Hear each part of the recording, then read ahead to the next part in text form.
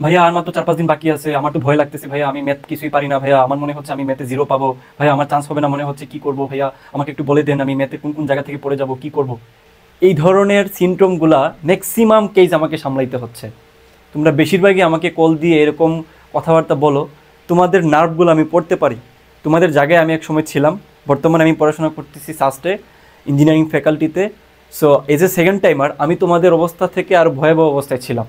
So আমি তোমাদেরকে এখন একটু বলে দিব যে তুমি এই মুহূর্তে কীভাবে থিঙ্ক করবা, কীভাবে ম্যাথ নিয়ে থিঙ্কিংয়ের মধ্যে কী চেঞ্জ নিয়ে আসবা, এবং তোমার থটটা কী হবে, কোথা থেকে কী পড়বা না পড়বা ওইটাও তোমাকে আমি বলে দিব। ওকে, সো তুমি আমার সাথে থাকো। আই গেস তুমি এই ভিডিওটা দেখার পরে ম্যাথ নিয়ে আর কোনো প্রবলেম থাকবে না, বুঝছো? আচ্ছা, তো এই হচ্ছে দেখো, তুমি যারা কনফিডেন্ট আছো এই জায়গাটাতে যে ভাই আমি কনফিডেন্ট আছি ম্যাথ নিয়ে, আমার কোনো প্রবলেম নাই, তোমার জন্য যেটা করার সেটা হলো তুমি একবার অন্তত কোয়েশ্চেন ব্যাংক আবার সলভ করো। যতই তুমি বাপের বেটা হো না কেন, তুমি শেষ মুহূর্তে এসে দেখবা যে অনেক কিছু পারতেছো না, পরীক্ষার ফলে তুমি ইজি জিনিস পারবা না। সো একবার ডিভাইস করে দেওয়াটা ভালো। কোথা থেকে ডিভাইস করবো? কোয়েশ্চেন ব্যাংক থেকে, বিজ্ঞান প্রযুক্তি কোয়েশ্চেন ব্যাংক, সাথে ভার্সিটি ইউনিট দেখলে আরও ভালো। তারপর দেখো এক্সাম দাও, তোমার কাজ হচ্ছে এখন মেইন কাজই হচ্ছে এক্সাম দেওয়া, এক্সাম দিয়ে নিজের ভুলটুকু খুঁজে বের করা, যেটা ভুল হয় ওটার সাথে সাথে ঠিক করে নিবা, নিজেকে শুধরাবা, যাতে মেইন পরীক্ষায় যদি এরকম কিছু আসে যাতে তোমার প্রবলেম ফেস করা না লাগে। এবার আসা হচ্ছে আমার মতো যারা আমার মতো খারাপ স্টুডেন্ট, বুঝছো? তোমাদের ক্ষেত্রে করণীয় কি?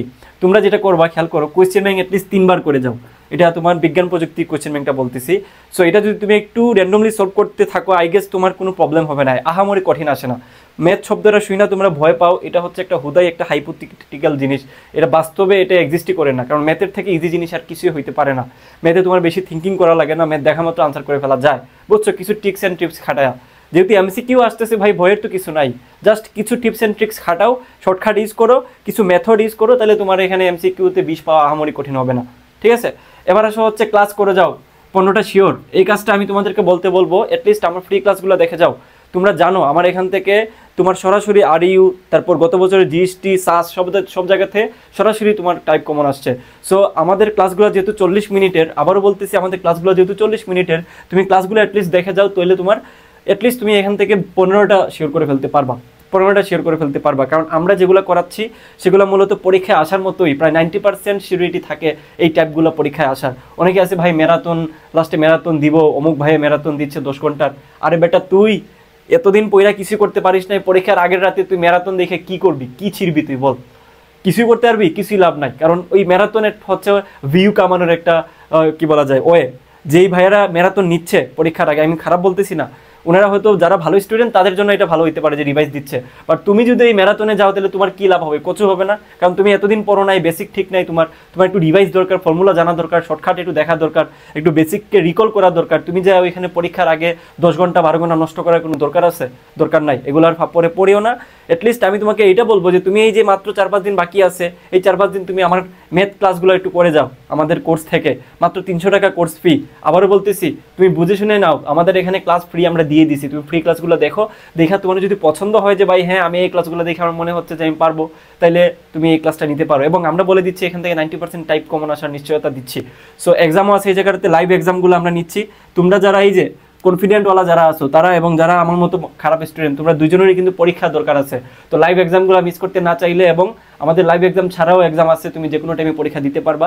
সো তুমি এখানে ফিজিক্স, কেমিস্ট্রি, ম্যাথের উপরে 40 মিনিট করে প্রত্যেকটা ক্লাস তুমি পেয়ে যাবে। 25টা ক্লাস আছে, এই 25টা ক্লাস যদি তুমি করে যাও তাহলে ফিজিক্স, কেমিস্ট্রি, ম্যাথের উপরে একটা কমপ্লিট তোমার রিভিশন হয়ে যাবে, এবং ইনশাআল্লাহ তুমি শেষ মুহূর্তটাতে আইসা তুমি একটা রিভিশনের মতো হয়ে যাবে, এবং তুমি দেখবা যে তোমার সব কিছু একটু রিকল হয়ে গেছে। তুমি যেগুলো পরীক্ষায় আসার মতো ওগুলো একবার রিকল হবে, ওই ফর্মুলাগুলো একবার তুমি ঝালাই হয়ে যাবে, এবং প্লাস তুমি হ্যান্ড ক্যালকুলেশন কীভাবে করতে হয় ওই জিনিসটাও তোমার ঠিক হয়ে যাবে, বুঝছো? আমরা একটু বেসিক সহ দেখাই দিছি 40 মিনিটের ক্লাসের ভিতরেই। আমাদের ক্লাসগুলো এইভাবে করে সাজানো যাতে একটা স্টুডেন্ট শেষ মুহূর্তে আইসা বোরিং ফিল না করে।